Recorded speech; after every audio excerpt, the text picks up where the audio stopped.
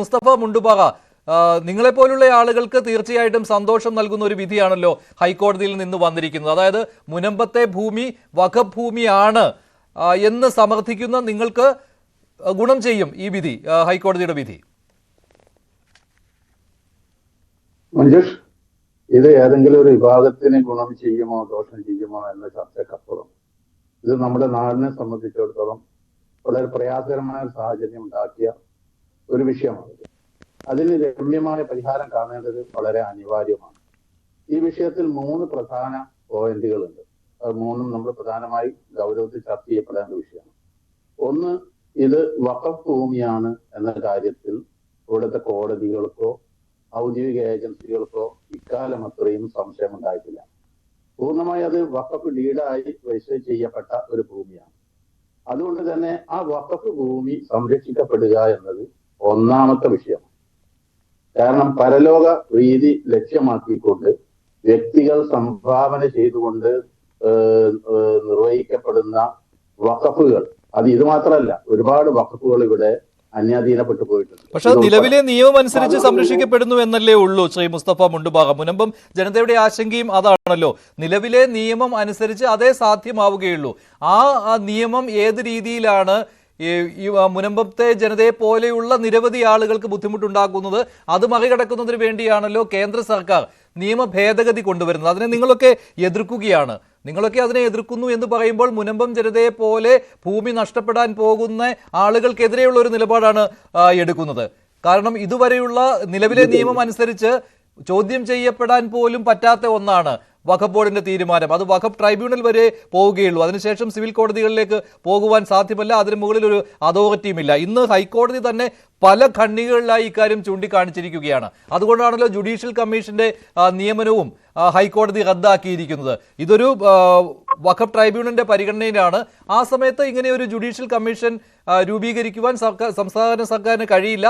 മറ്റൊരു തരത്തിലുള്ള വസ്തുതാന്വേഷണവും പാടില്ല എന്ന് കോടതി പറയുകയും അതുപോലെ തന്നെ ഇതിന് മുകളിലായിട്ടൊരു അതോറിറ്റി ഇല്ല, ട്രൈബ്യൂണലിന് മുകളിലായിട്ടൊരു അതോറിറ്റി ഇല്ല എന്ന് ആവർത്തിച്ച് കോടതി വ്യക്തമാക്കിയിരിക്കുന്നതും ഇത് നിലവിലെ വഖഫ് നിയമത്തിന്റെ ന്യൂനതയാണ്. ന്യൂനത എന്ന് പറയുമ്പോൾ നിങ്ങളുടെ ശക്തിയാണ്, പക്ഷേ അതേസമയം മുനമ്പത്തെ ജനതയെ പോലെയുള്ളവരുടെ ദൗർബല്യവുമാണ്. അവർക്ക് ദോഷകരമായേ വരികയുള്ളൂ. അതുകൊണ്ടാണ് ഫാദർ ജോഷി മയ്യാറ്റിൽ പറഞ്ഞത് കേന്ദ്രം ഇപ്പോൾ കൊണ്ടുവരുന്ന നിയമ ഭേദഗതി അത് അനിവാര്യമാണ് എന്ന്. എങ്കിൽ മാത്രമേ നീതി കിട്ടുകയുള്ളൂ മുനമ്പം ജനതയ്ക്കെന്ന്.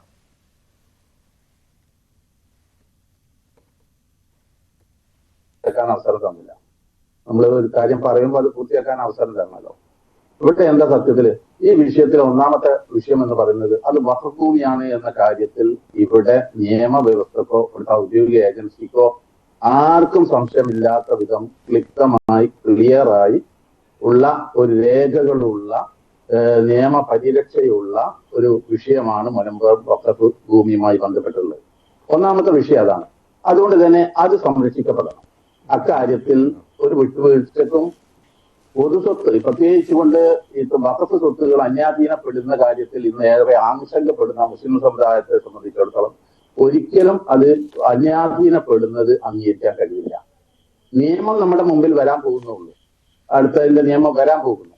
പക്ഷെ ഇത് നേരത്തെ ഹൈക്കോടതി, പറവൂർ കോടതി, അതോടൊപ്പം തന്നെ ഇവിടുത്തെ കലക്ടർമാര് ഒക്കെ ക്ലിയറായി കൃത്യമായി പറഞ്ഞ ഒരു കാര്യമാണത്. അത് വഖഫ് ഭൂമിയാണ് എന്ന് അതിന്റെ ലീഡിലും അക്കാര്യം പറഞ്ഞിട്ടുണ്ട്. അതല്ല എന്ന് അടച്ച് പറഞ്ഞത് കൊണ്ട് വിഷയം പരിഹരിക്കപ്പെടുന്നില്ല. ഇവിടെ വിഷയം പരിഹരിക്കാനാണോ നമ്മൾ ആഗ്രഹിക്കുന്നതെങ്കിൽ അതിന്റെ സെറ്റിൽമെന്റിന്റെ സ്വഭാവത്തിലേക്ക് കാര്യങ്ങൾ പോവുകയാണ് വേണ്ടത്. അത് വഖഫ് ഭൂമി അല്ല എന്ന് വെറും വാക്കിൽ അങ്ങ് പറഞ്ഞാൽ പോരാ. ഇവിടുത്തെ നിയമവ്യവസ്ഥകൾ, കോടതികൾ എന്ത് നിലപാടാണ് കാര്യത്തിൽ എടുത്തത്? ഇവിടുത്തെ ഔദ്യോഗിക ഏജൻസികൾ. ഞാനത് സംശയം ചോദിക്കും, ഞാനത് ആവർത്തിച്ച് ഇടപെട്ടത് എന്ന് പറയുമ്പോൾ നിലവിലെ വഖഫ് നിയമം അനുസരിച്ച് അങ്ങനെ ഒരു നിയമ പരിശോധന പോലും സാധ്യമല്ലല്ലോ. ഇന്നത്തെ ഹൈക്കോടതി വിധി വായിച്ചു നോക്കുമ്പോൾ അത് വ്യക്തമാവുകയുമാണ്.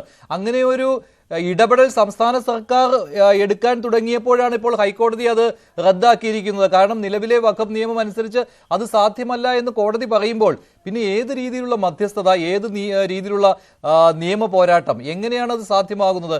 ഈ പറയുന്ന പോലെ വഖഫ് ബോർഡ് സമ്മതിക്കില്ലല്ലോ എന്തായാലും മുനമ്പത്തെ ഭൂമി വഖഫ് ഭൂമി അല്ല എന്ന് പറയുവാനും അവിടെ താമസിക്കുന്ന ആളുകൾ അവിടെ അവകാശം സ്ഥാപിച്ചോട്ടെ എന്ന് പറയുവാനും അതിനൊരിക്കലും വഖഫ് ബോർഡ് തയ്യാറാവുകയില്ലല്ലോ.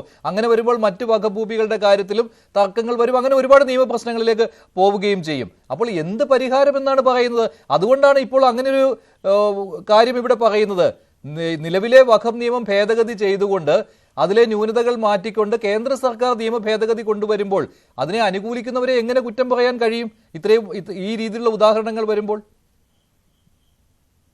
മഞ്ജുഷേ, ഇവിടെ എല്ലാ രേഖകളും ഉള്ള, ഇവിടുത്തെ കോടതികൾ വിധി പറഞ്ഞ, ഇവിടുത്തെ ഔദ്യോഗിക എക്സിക്യൂട്ടീവ് അത് അംഗീകാരം നൽകിയ ഒരു ഭൂമിയാണ് ഈ മുനമ്പത്തെ വഖഫ് ഭൂമി. ഈ പരാമർശിക്കപ്പെടുന്ന 400 ചില്ലാനം ഏക്കർ വരുന്ന ഭൂമി.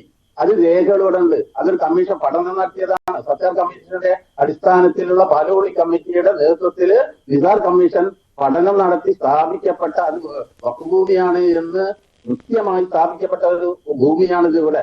അതുകൊണ്ട് തന്നെ ഈ വിഷയം ഒന്നാമതായി നമ്മൾ പരിഗണിക്കണം. ഞാൻ എന്റെ ചർച്ച പൂർത്തിയാക്കാൻ മഞ്ജുഷ അവസരം തരുന്നില്ല. അതിലെടുത്ത് കയറി മഞ്ജുഷ പറയുന്നതുകൊണ്ടാണ് എന്റെ ഞാൻ ഉദ്ദേശിച്ച ലക്ഷ്യത്തിലേക്ക് എത്തിക്കാൻ കഴിയാൻ പോകുന്നത്.